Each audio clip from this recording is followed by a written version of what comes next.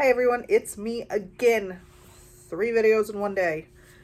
So I want to share with you the big change that I made in my life that has made a huge and positive impact in my health.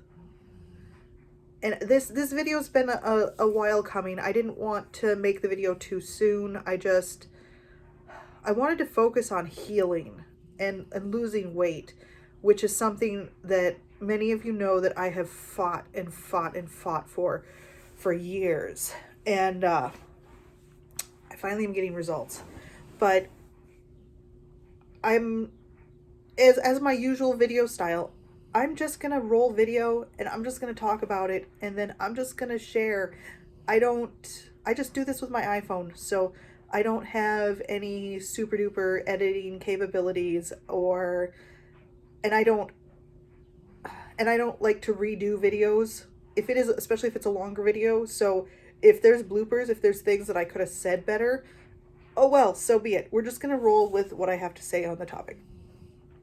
So just for some background information, I have been struggling with autoimmune issues and thyroid issues for many years. I am 41 years old. When I was, my autoimmune issues actually probably began as a child because at 5 years old, I developed allergies to cats. And then a few more years go by and I developed severe eczema. So the autoimmune tendencies or the signs that there was something wrong have been there since I was a child. But we just kind of lived with them, I want to say. After Abby was born, my first child, and she was born 2 weeks before my 20th birthday. After she was born, I bounced back from childbirth fairly well. It was a really rough childbirth that left me in a lot of pain, and while my recovery immediately after was, I felt a little slow. My body did bounce back to normal. So I did achieve normal health. I lost the weight. I was exercising. I thought I was eating healthy.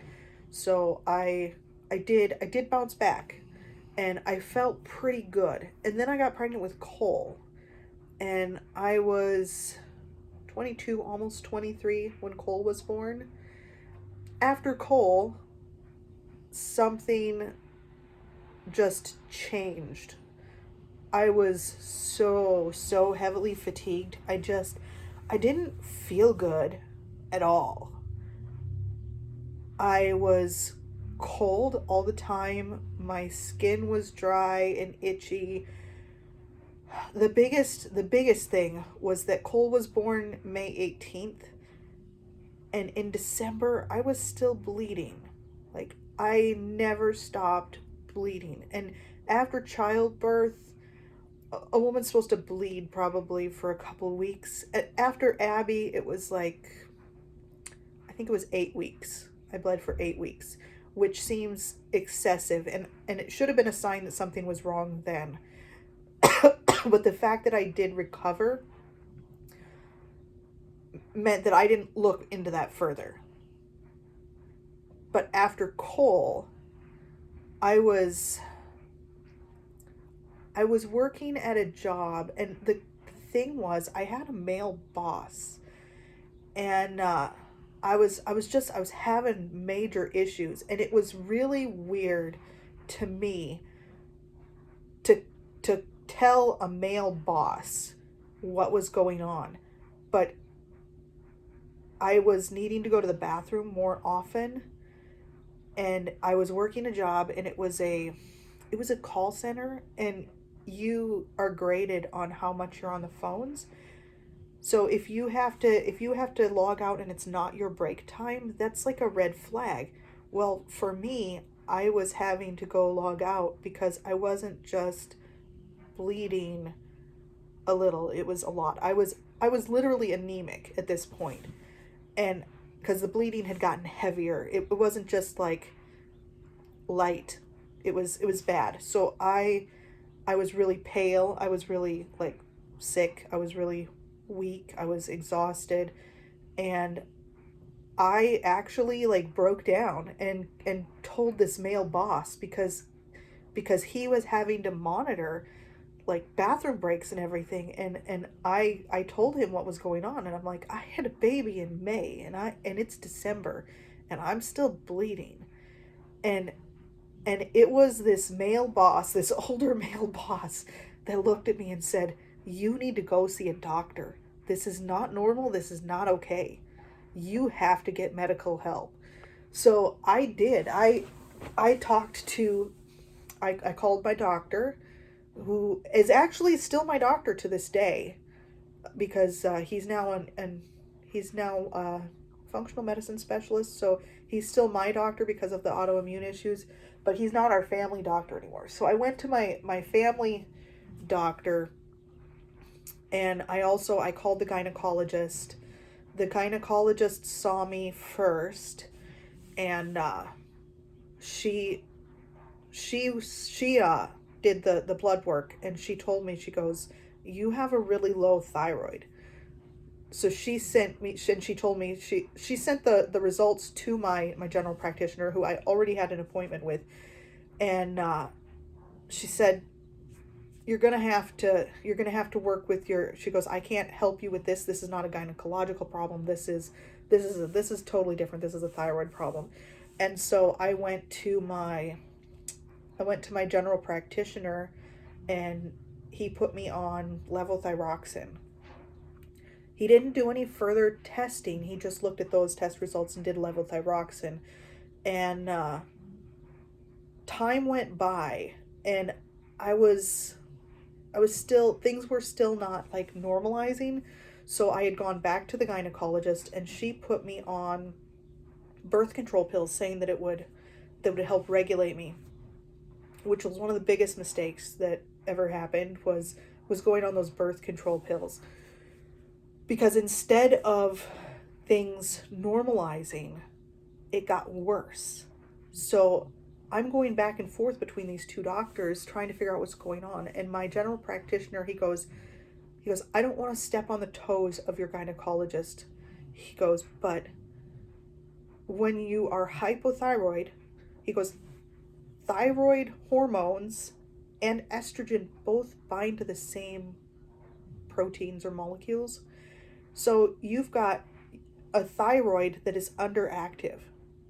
You don't have enough thyroid hormones circulating. So what you've got going on right now is more of the estrogen binding, and you're becoming estrogen dominant. And he said, it is up to you, and you probably need to talk to the gynecologist. He goes, but birth control pills are going to make that worse. And I did not go back and discuss it with the gynecologist. What I did was I threw out the birth control pills. I threw them out and said, okay, I'm not going to take them. And it took a little time, but things then normalized with the thyroid pill. And so I went through a lot of struggle at first, but for some reason, I still, even with just the thyroid medication, I didn't feel good. I was overly fatigued. I was exhausted all the time. And I know that that happens when you have a baby and a toddler. But for me, it seemed like it was debilitating. It's one of those things where the alarm clock goes off in the morning, and you just want to cry. Even if you were in bed 8 hours, you want to cry when the alarm clock goes off, because it's just so much effort to get your body out of that bed. So things were just still not quite right. And I suffered through for a while, and I couldn't understand like what was going on. I'm like, I'm on a thyroid pill. Why am I still freezing? Why am I still so like weak, and why do I feel so fatigued all the time? And so I went through a lot of I didn't understand. I was still very young. So I was in my 20s. I didn't fully understand what all was going on. I didn't know. I just felt like somehow there was something wrong with me. Like I internalized that, and I was pushing myself. I was going through the motions. I was pushing myself to get out of bed, do what you have to do to take care of your family. I was forcing my body to do what it could barely do. But I was busy. I was a mom. I was a wife. I worked full time. There was just so much going on that I didn't have time to be sick. So even though it was awful and I felt like I felt like I needed a vacation from my life, it just kept pushing through. And at one of my checkups, because when you have thyroid issues, you do have to get blood work done every 6 months to a year just to make sure that the medication is still working. And I told my doctor, I said, something's not right. I said, how come I'm taking this medication, but I don't feel better? And he said, well, I don't know. We probably should do some more blood work. And he did some more blood work, and he said, well, your reverse T3 and your T3 are out of whack. He said, we got to get you on a different medication. So he put me on Armour Thyroid, which is made with desiccated pig thyroid, which at the time I didn't think anything of. Later, I realized that there was a problem with that, but I took the medication, and I felt a little bit better. Not 100%, but it was around age 29 that I was scratched by a bat, because we have a really old house and we get bats in the attic really bad. And every once in a while, one of those bats will get down into the house. And I was trying to kill this bat because I mean, I had small children. I was worried about it. Like, if they get in the house, like, I don't care if they're in the attic, but if they get in the house, they're dead. I mean, I guess that's illegal, but I didn't care, because bats do carry rabies. Whether your news television, your news station is not going to tell you this. The only way you're going to find out is the hard way, if you get scratched or bit by a bat. Well, I'd hit it with a tennis racket, and I missed. I didn't hit it full on in the middle of the tennis racket. So I hit it with the edge, and it did like this flip, and it landed on my back. And I was sleeping in a sports bra and underwear. So my back was mostly bare. So this thing like did a scratch all down my back. So we took it to the health department and had it tested for rabies, and it had rabies. So I went to my doctor, and they gave me a tetanus shot, and then they sent me to the hospital for some rabies shots. Well, the following months after those rabies shots, I developed severe joint pain. Severe. It was debilitating. I could barely function. I could barely do my job. I would pick things up and drop them because the pain that was shooting through my hands was so bad. And my wrists, and I couldn't figure out what was going on. My whole body was inflamed. Like, it was horribly painful, all of my joints. And I was once again horribly fatigued.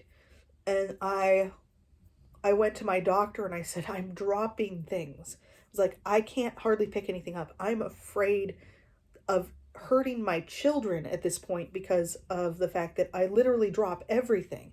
I said, it's dangerous in the kitchen because I go to pick up a pan to move it from the stove to the sink because maybe I got to drain some boiling water. I said, and I can't hardly do it. So all of the pain, and he looked at my hands and my wrists, and he said, I think I need to send you to a different doctor. So he sent me to a specialist. His name was Dr. Boardman. I don't remember what kind of doctor. He specializes in, like, I think arthritis, whatever kind of doctor that is. So I see this doctor, and this doctor tells me that I have arthritis in my wrists and hands. And this is not addressing any of the pain in any of my other joints. This is just the wrists and the hands because I have to be able to do my job. I was literally worried at that point. that I was going to become disabled. This has been a worry for me multiple times in my life. So I go back to my general practitioner with the diagnosis, and he goes, okay, you're awfully young. This should not be happening. We need to do further testing. So he does further testing and tells me that I have rheumatoid arthritis. At the age of 30, 29 was when I got the shots, 30 was when I was diagnosed. I was diagnosed with rheumatoid arthritis at the age of 30. I was fully educated on what was going to occur, how I was going to, and this was also when he told me that he mentioned, well, you have Hashimoto's thyroiditis, and it is common when you have one autoimmune disorder to develop a second one. And I said, wait, what? Hashimoto's? What's Hashimoto's? Like, I didn't know what was going on at this point. And he goes, well, we did blood work. And he goes, didn't we? I thought we did blood work. He goes, and so he's looking through the paperwork, and he goes, huh, I could have swore that I diagnosed you Hashimoto's. I was like, I don't even know what you're talking about. He goes, yes, so I believe you have Hashimoto's, and that's what was causing your thyroid to not function, and that's why you're developing another. It's part of the progression of Hashimoto's is you develop another autoimmune disorder. He said you would benefit from, I just got to get my cup. You would benefit from a gluten-free diet. But let's do the blood testing. Let's not talk about changing your diet yet. We need to do the blood work. So more blood work again that confirmed that I had Hashimoto's thyroiditis. So I found out that I had not one, but two autoimmune disorders. I was devastated. Let's put it that way. Because I believed that at that point, I believed what they were telling me, that I was going to be disabled, because I was in a lot of pain. And I was throwing everything I had into just doing my work day at work. I was a department manager at Walmart, and it took everything I had. I didn't have anything left for my family. It was literally all of my energy, all of the willpower to push through the pain was being given to my employer. So he told me that he had to put me on some heavy duty medications for the rheumatoid arthritis. I was already on an anti-inflammatory, like a really heavy duty anti-inflammatory that Dr. Boardman put me on. And I didn't like it because there was a huge difference when you live with the pain versus you get relief and then you have to go back to the pain. It's that going back to being in all that pain. It gets more difficult than just to live with the pain. So I stopped taking that anti-inflammatory, and he wanted to put me on these hardcore medications, and it's some kind of like cancer chemo medication that suppresses the immune system that they put people with rheumatoid arthritis on. I can't remember what it's called, but they wanted to start me on these horrible drugs, and I was not ready for that. I couldn't deal with it. I said, I am too young to be dependent on medication for the rest of my life. I've got the thyroid pill already that you've already told me that I'm never going to stop taking, that I have to be on the rest of my life. And I couldn't deal with that thought. So I said, I need some time. I need to do some research. Something's got to give. I should not be at 30 years old facing all of these heavy duty meds and possibly being disabled, losing the use of my hands. There's so many things that I was facing that I wasn't ready for. I went home, and my mom had sent me this book called Green Housekeeping. I still have this book. I love this book. And basically it was a book that talked about the harmful chemicals that we use in our homes, and I decided I was going to go green. that was the first thing that I decided, was that we're exposed to way too many harsh chemicals that are carcinogenic. And I started to do some research about chemicals and found out that a lot of the chemicals that housewives are exposed to are endocrine disrupting. They mess up your hormones. So one of the first things I started doing was getting rid of the chemicals, and I cleaned my house with vinegar. And so I went green, and that was the first step. I went gluten free. A lot of my some of my pain and inflammation reduced when I went gluten free. So I kept on with the health journey.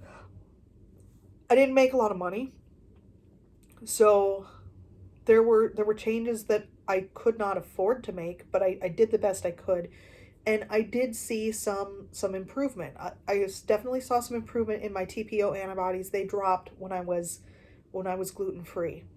So that made a difference. That made a difference in my health. I kept on with the slowly going green. I slowly changed my clothing over to natural fiber clothing, because I started reading these blogs. And there's this, I don't know if she's a doctor. Her name is Isabella Wentz, and she wrote some books on Hashimoto's. And I read every book on hypothyroidism and Hashimoto's I could get my hands on. They all basically talked about reducing the symptoms, but none of them gave me any hope of reversing the hypothyroidism. Basically, everything I was reading and everything I was being told was that my thyroid was now permanently damaged, and that I could never, never go off a thyroid pill. So I focused on just doing what I could to reduce symptoms, and all of the changes that I made slowly.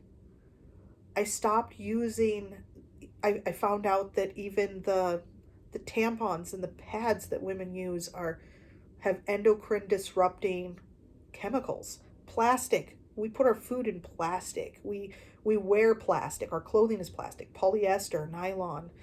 I mean, we've got acrylic. So I started changing the fabrics I was wearing. I started filling my house with house plants, and like I said, the dietary changes. I got a better job that paid more, and that my body could handle. That's how I ended up going to John Deere. I was done fighting and struggling at Walmart, and the demoralizing part was that I was giving them everything, and I was working circles around people who didn't have my health issues, and I had to fight for every penny. Like I had to fight to get a raise, and they didn't like to give raises. And so this whole health journey, it took me quite a few years, and eventually my blood work no longer showed that I had the rheumatoid arthritis. My blood work, my blood panels are now normal in that regard. So I haven't had rheumatoid arthritis in years, because it just went away. But the Hashimoto's and the autoimmune struggle, it has continued for me. So I wasn't done with my journey, my health journey. I knew I'd keep on. There's things I needed to do to improve. So I mean, fast forward, I've been at 41, I've been green and fully green, and using and avoiding plastics, and living this life where I eat healthier for about 6 years. I haven't used the disposable pads and tampons in like 6 years. But the diet still was not right. Things were still not right. My TPO antibodies are still high. And I think it was around 35 that I really started to like play around with the diet. The doctor suggested paleo. I saw some improvement on paleo, but it wasn't like significant. Or And several times the doctor had me do these vegan cleanses, and it was just like a 10-day detox, and I felt pretty good living on just like fresh fruits and veggies basically with a protein shake. It was like a pea protein shake. And I felt pretty good during the 10-day detox, but you can't just stay on the 10-day detox. So I decided, crazy as I was, that I was going to go vegan. So I went vegan, and I have all of the vegan doctor books. Like I've got How Not to Die by Michael Greger. I've got the China study. I mean, I studied all of it. I wanted to make sure that I was doing it right. The funny thing about vegan, on vegan, I feel good for 10 days to 2 weeks. After that, my energy tanks. So I tried it for a full year. I tried, well, what am I doing wrong? Because in the vegan world, if you don't feel good, if you aren't healthy, you're doing it wrong. You're not doing it right. So I played around with it. I was determined I was gonna make this work. I was determined that, yeah, this is the right way to live. Like live on plants. This is how I'm gonna heal my body. But I didn't. My body got worse. I was eating, so I was cutting my calories then by that point, like pretty drastically. I've always calorie restricted because of wanting to be like thin and healthy, but I didn't realize how much harm I was causing by doing that. So basically, as a vegan, I got to the point where I was eating 1,200 calories a day and I was gaining weight. How do you live on 1,200 calories or less per day and gain weight? It blew my mind. And so I tried it for a year, and my insulin resistance got worse. I couldn't figure out like what was going on. I'm like, what's going on? People are supposed to be able to like cure everything with a vegan diet. But that wasn't what was occurring with me. I was getting worse and worse and worse. And the fatigue, the heavy fatigue, the wanting to cry when the alarm went off, that came back. And I just, my TPO antibodies were just, they were going up through the roof. And my A1C jumped up to 5.7. I was clearly in the pre-diabetic range. My weight jumped up like it was really, really bad. And after a year of trying to be vegan, I was like, okay, I'm going to add back a little meat, just a little. So I did add back a little meat, and I felt a little bit better adding back a little bit of meat, but I was still not right. So I was like, okay, I guess I have to eat maybe a more balanced diet, but I still want to be hardcore, like heavier on the plants. So like my breakfast was like a big bowl of oatmeal. I knew that at some point I had to increase my calories, but I couldn't, like, every time you go to the doctor and you're obese, what do they tell you? You eat too much, you need to cut back. And so I would always end up cutting myself back more and more. And I finally, the just this last year, when my doctor, he once again said those words, you need to cut back. You're eating too much. You need to stop pigging out. And I almost cried. I like and I'm someone who doesn't cry a lot, who's usually like fairly unemotional, but like I almost broke down in his office. I was like, I don't know what you want from me. I was like, I'm already below 1,200 calories. I was like, I have days I'm only eating 1,000 calories. I said, I'm gaining weight and I don't understand it. I said, I'm doing everything I can. I'm listening. I'm doing what you tell me. I'm taking the vitamins you tell me. I'm calorie restricting below what is considered safe at this point. And you're telling me to eat less. How low do you want me to go? How little food do you want me to live on at this point? And I showed him. I kept a food journal. I showed him, and he goes, "Okay, we may have more things going on here. There may be more going on." He goes, "Well, insulin resistance, cortisol." He goes, "Your cortisol is high. There are several things that can cause a person to gain weight while extremely malnourished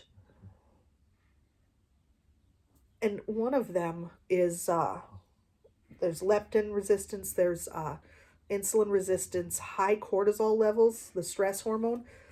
I had everything going on that causes the human body to hang on to weight and gain. So I was literally malnourished, sickly, didn't have my body couldn't even produce the hormones. I developed PCOS. I was pre-diabetic, and I reached a weight of 273 pounds while eating 1,000 to 1,200 calories a day. And I couldn't understand. It wasn't until I started to really study it and I couldn't figure out how it was possible that I was gaining. And even my husband said multiple times, he goes, I don't understand. He goes, you don't eat enough to be overweight. You just don't. So the doctor, he ran more tests. He told me that I needed to reduce my stress, and he said, you have to eat more. He goes, you have to increase your calories. He goes, your body is like in crisis at this point. He said, I want you to increase to 1,800 calories a day. I was like, okay.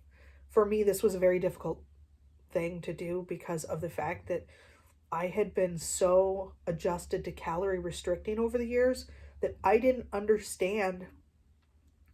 Like, I couldn't wrap my mind around eating more. Like, I thought I was going to balloon even more. I started to watch Ken Berry. I had, like I said, I'd tried so many different diets and so many different like weight loss suggestions, and nothing had worked for me. My sister Rachel has been doing keto for a really long time, her and her husband, and she always swears by it. She's like, too many carbs, too many carbs. You don't need to eat all those carbs. It's the carbs that are bad. And I'd always just like poo-pooed it off, and it finally struck me in my desperation that maybe, just maybe, that not all human bodies are the same. Not everyone has the same dietary needs, and maybe some of us need to do things differently, or maybe need to do things more drastically. So I started watching Ken Berry on YouTube. It's like, you know what? I'm going to pay attention to this crazy carnivore doctor. Like, it's insanity, but I'm going to watch a bunch of his videos. So I watched a bunch of his videos, and Ken Berry made sense. And he started to like I started to like pick up on, maybe, just maybe, we overconsume the carbohydrates in this country. It's not a maybe. I mean, I know this for a fact now. I don't think that we were designed to consume as much processed and refined carbs as what we do. Now, I don't see a bowl of oatmeal as being like horribly harmful. I mean, if you eat an organic bowl of oatmeal, I don't think that it's going to hurt you. But for someone like me who had reached the level of unhealthy insulin resistance and the issues that I was having, I needed to do something more drastic. And I was like, you know what? I've tried everything else. I'm I'm gonna try the carnivore thing. So in July 25th, I made the determination that I was going to start to like I had a trip coming up, and I was like, I don't want to go hardcore carnivore before I have to run up to Minnesota, pick up my son, and bring him back home. But I was like, okay, so I'm gonna start transitioning. I'm gonna eat mostly meat for the next couple weeks, and then after that, I'm going to just jump in fully with both feet. So I did. I mean, I from July 25th to August 7th, I ate mostly meat, and I had some carbs, but it was very minimal. Like most of the day, I just ate meat. In that 2 weeks, I lost 5 pounds. So just in the transition, I lost weight. So then I on August 6th, We went to Dairy Queen for ice cream, and I enjoyed an ice cream. And I said, you know what? I'm gonna have this ice cream, and then tomorrow I am jumping in and just gonna eat meat. So August 7th, I is when I started. But from July 25th to today, I have lost 34 pounds. I did blood work after 60 days carnivore, which I have my blood work here beside me. But before I talk to you about the blood work, one of the first things that I noticed going carnivore was that my skin cleared up. I had developed hormonal acne that would get really worse every month on my periods. Like it would get bad. So like my chin was always covered with zits. Like it's with hormonal acne, it's the lower part of your face. So and at times I even would get it on like the sides of my face. So one of the things that happened was my skin cleared up. Color returned to my face, which was amazing. And my energy levels improved. My pain levels reduced. I was not needing I still put a heavy focus on sleep because I am healing my body. So I do like to allow myself about 10 hours pillow time, but I'm noticing now that I'm starting to be ready to get out of bed after 8 hours. So like my need for sleep is starting to reduce. One of the things I noticed in the first 2 weeks was that my gums stopped bleeding. So my gums would bleed like really bad when I would brush my teeth and floss and stuff, and that stopped occurring. Like my gums, they don't bleed anymore. My sensitivity, my teeth were really really sensitive, and my sensitivity in my teeth went away. Like I don't have the sensitivity. I drink cold water all day, every day now, and that's not happening. My weight is coming down. The shape of my body is returning because one of the things with insulin resistance and PCOS is belly. My belly, like suddenly your belly protrudes farther than you ever thought was possible, and you reach this point where your belly protrudes further than your breasts, which is not okay. And all of that is reversing. Like the shape of my body is starting to go back to the normal shape. And I've only lost 34 pounds, and I have a long ways to go. I mean, I'm still definitely obese, but like at this point it has reduced enough that it's noticeable. And I couldn't tie my shoes. I can tie my shoes. I had a lot of issues that have cleared up with carnivore. Like I said, the joint pain reduced. My mobility, like I have more flexibility.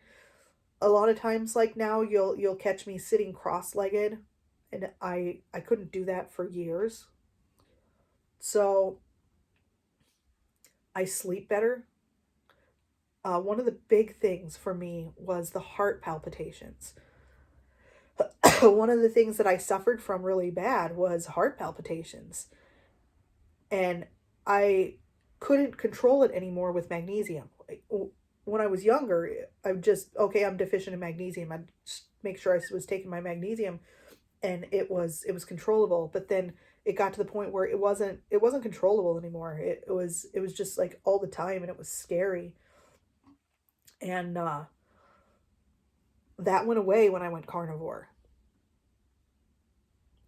The swelling that I get, I used to, every month on my period, I would gain 10 to 15 pounds in swelling, to the point where like it even affected my breathing, and I couldn't function. Like it was exhausting, it was draining. My ankles and legs were huge, and just in a few months carnivore, I have gone from swelling 10 to 15 pounds for my period till I swell like 2 pounds now. Like the scale goes up 2 pounds for my period, which is like way, way more normal. a woman can expect a little bit of bloating, but my periods seem to be normalizing. That they aren't, this month just wasn't as heavy. So that's good. And I barely had any cramps this month. So a few months in, and I'm starting to notice the difference with my periods, which is also like really great. So I've had a lot of improvements. It very noticeable symptom reductions that were just like really great. And then the doctor insisted after 2 months I needed to do blood work. And we're doing blood work again in January. So I'll probably talk about the blood work in January. But one of the things that I did, and people are going to think this is like the craziest thing ever, but with all of the health changes I had made, I had I had asked my doctor about my thyroid pill, and I had asked him, my thyroid pill. I said, I noticed that the potential side effects on the medication match up with the symptoms of hypothyroidism. Like, you don't think that maybe some of the symptoms are actually being kept going by this pill? And he was like, no, it's not the pill. He goes, and you need the pill. You're normal right now. Your thyroid's functioning normally because it's medicated. And I'm like, okay, but if I forget to take my pill, I don't feel any different. He goes, well, that can happen with people with Hashimoto's. You may have days where you miss your pill and you don't even notice it. It's like, is it possible that I don't need the pill? And he's like, no, you need the pill. You've been dealing with this long enough. Enough damage is done that you're going to be on this pill. So he was against me stopping the pill. And I had also come to the realization that I wasn't going to be eating pork anymore, and I had already stopped feeding my family pork. And I said to my husband, I said, if pork is unclean, I'm taking this pill. And this pill is desiccated pig thyroid. I said, when it comes to honoring God and obeying God's commands and pertaining to health, I said, maybe, just maybe, what I need to do is get rid of the pork pill and take a step of faith and say, I'm going to live without this because it's not right. And I want to see if my body can function with. I have to believe and trust that God is going to be there for me as I make this decision to get rid of this medication and not be dependent upon it. So there's a lot of people that probably would find that to be very crazy, but for me it made sense. So I stopped taking the pills. And I told the doctor I stopped taking the pills. So after about 4 months, he tested my thyroid, and it was functioning. Barely, but it was functioning. So more time went by, and all this time my thyroid, for the last 2 years, my thyroid has been functioning, but like barely, like borderline low.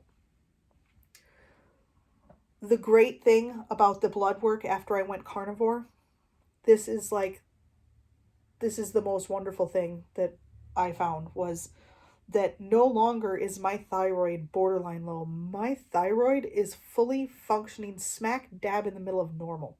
Like, all my values are normal. In April, when I had blood work done, because I have April's blood work here, and then I've got the blood work I just had done in October. The blood work from April, thyroid stimulating hormone, the normal range is 0.3 to 4.2. I was at 4.19. So I was bordering on. And my reverse T3 was, the normal range is 10 to 24, and I was at a 23. So I was like borderline about to be low. Now, in October, my thyroid stimulating hormone had dropped to 3.0. My reverse T3 dropped to 17. The doctor said he's not even going to test my thyroid in January because he said my thyroid values have dropped to normal. Vitamin B12. I used to be low on vitamin B12, and the doctor was always telling me to take a supplement. I am not supplementing. I am literally living on meat, eggs, and butter. And my vitamin B12 is sitting at 813. It is at the higher end of the normal range, because the normal range is 193 through 986. And in April, I was supplementing because I don't remember how low it was the last time I had it checked, but I thought it was like 200 something. It was like barely into the normal range. But in April, my values were 758, and that was with supplementation. And I'm up to 813, and that's just no supplementation, just eating meat. So a B12 came a long way.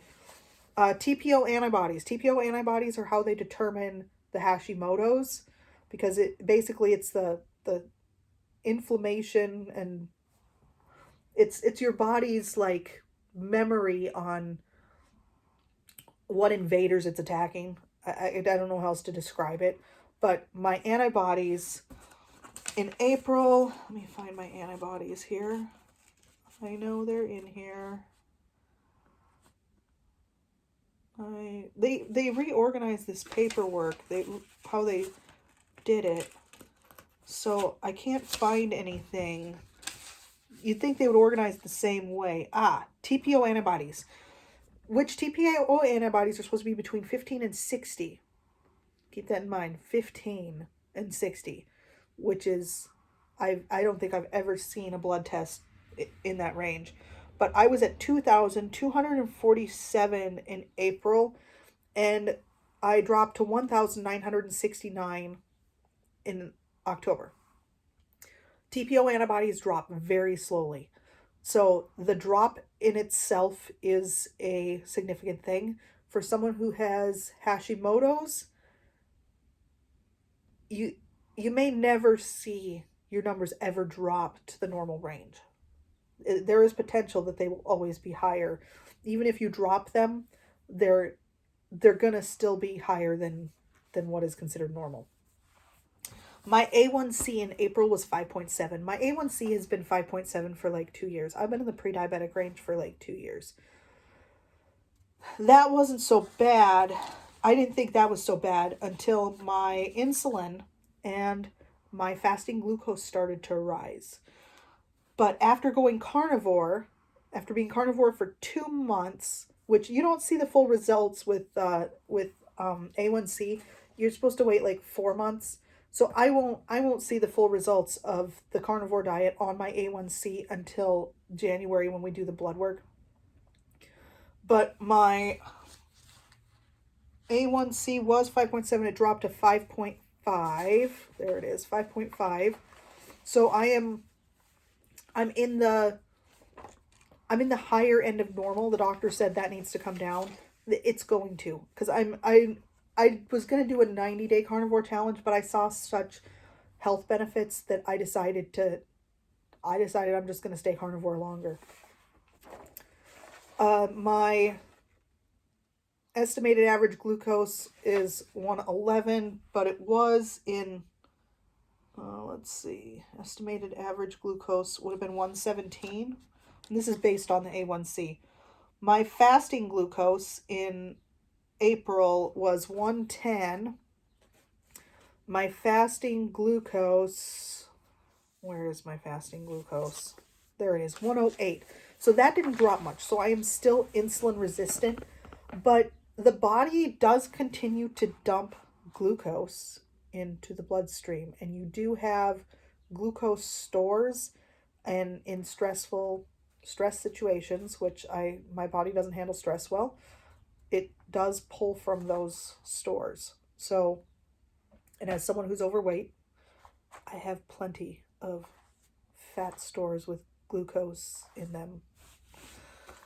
But those are the big changes for me, was that I'm slowly reversing the insulin resistance that that I developed. My thyroid is functioning normally with no medication, which is amazing. And my symptoms. And then I recently found out that there is a such thing as carb resistance. There are people who, for whatever reason, can't handle carbs. And now I'm wondering if maybe that's something that is true for me. How do you explain civilizations of people who live on fat and meat and don't have the signs of disease that we have here in the Western world, like the Inuits? They're not suffering from autoimmune. There's no autoimmune diseases and inflammation and heart attacks and the things that we suffer, the cancer, all of the stuff that we suffer in the Western world. There are civilizations that are in colder climates that they literally live on fat, meat, and then in the summer some berries, and they're thriving. It is entirely possible that some people thrive on one diet while another diet may harm them. And it may be a diet that other people thrive on. So, like, maybe I'm someone who thrives on carnivore, but I know people who literally say they can't handle it. They can't do it. What works for them is totally different than what works for me. So I think that we need to try to stop shoving everyone into the same category, the same box. You can't treat all humans equally the same. We all have different lifestyles and different backgrounds that lead us to this point where our bodies are deficient in different things, or maybe the nutrients we need are different. Now, on the carnivore diet, I am living on a lot of beef, some chicken, some turkey, eggs, and butter. I do seasonings. I'm a dirty carnivore. Not gonna lie, a lot of the hardcore, the purist carnivores just do salt, water, and meat. That's it. I'm not a purist. Uh, as a dirty carnivore, I am thriving. I'm reversing all kinds of health issues as a dirty carnivore. So I don't feel the need to go so extreme that I am avoiding seasoning, spices, stuff like that. So I do use like garlic and onion powder, and I use sea salt. I'll use paprika, chili powder, cumin. Like I use seasonings. Another thing that I do that some of the carnivores don't do that are purists, my water cup. I do electrolytes. You have to drink a lot of water with carnivore. So I like the ones with the flavor. I don't like I can't stand the electrolytes that are the plain ones, the unflavored. So I mean, what I've got in my cup right now is the electrolyte powder that's cherry pomegranate flavored. Now, there is some stevia in there. That's how they make it taste good. A little bit of stevia.